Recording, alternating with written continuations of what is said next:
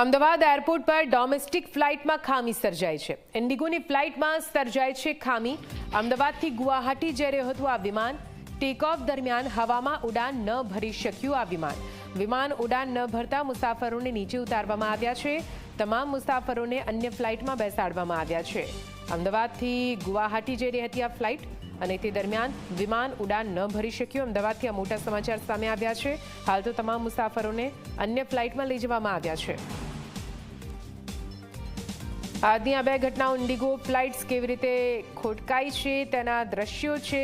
એક તરફ લખનૌમાં જ્યાં પ્લેન રનવે પર અચાનક રોકાઈ ગયું, બીજી તરફ એક ફ્લાઇટ ઇન્ડિગોની જે ઉડાન જ ન ભરી શકી। અમદાવાદથી ગુવાહાટી આ ફ્લાઇટ જઈ રહી હતી। આ બંને દ્રશ્યો અને બંને ઘટનાઓ ફરી એકવાર ફ્લાઇટમાં મુસાફરી કરતા, વિમાનમાં મુસાફરી કરતા તમામ મુસાફરો માટે ચિંતાજનક સમાચાર બની રહ્યા છે। વધુ માહિતી સાથે સંવાદદાતા ઉદય જોડાઈ ગયા છે ફોન લાઈન પર। ઉદય, અમદાવાદમાં ઇન્ડિગોની ફ્લાઇટ ઉડાન ના ભરી શકી, ક્યાં આગળ જઈ રહી હતી આ ફ્લાઇટ? શું કંઈ કારણ સામે આવી રહ્યું છે? કેમ ખોટકાઈ આ ફ્લાઇટ? નિધિ, આ ફ્લાઇટ જે છે એ ઇન્ડિગોની ફ્લાઇટ હતી ને અમદાવાદથી ગુવાહાટી જવાની હતી અને સવારે 8:20 વાગ્યાની આ ફ્લાઇટ હતી।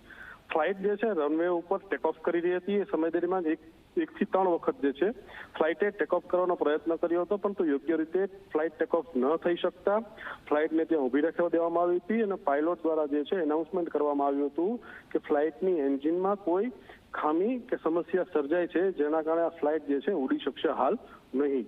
ત્યારબાદ કલાકો સુધી મુસાફરોએ જે છે ફ્લાઇટની અંદર રાહ જોઈ હતી અને અંતે જે છે આ તમામ મુસાફરોને કલાકો સુધી રાહ જોયા બાદ અન્ય ફ્લાઇટની અંદર બદલવામાં આવેલા છે અને અત્યારે બીજી ફ્લાઇટમાં બેસાડી અને બીજી એક વધુ ઉડાન ભરવાની તૈયારીઓ જે છે શરૂ કરવામાં આવી છે। ત્યારે હવે સ્ટાફ દ્વારા પણ જે છે ઇન્ડિગોના અને જેનો માહિર સ્ટાફ છે એના દ્વારા અત્યારે ખામી શું કામ અને શેના કારણે સર્જાઈ હતી તેને લઈને તપાસ શરૂ કરી છે। નિધિ, બિલકુલથી આભાર પૂરી માહિતી માટે।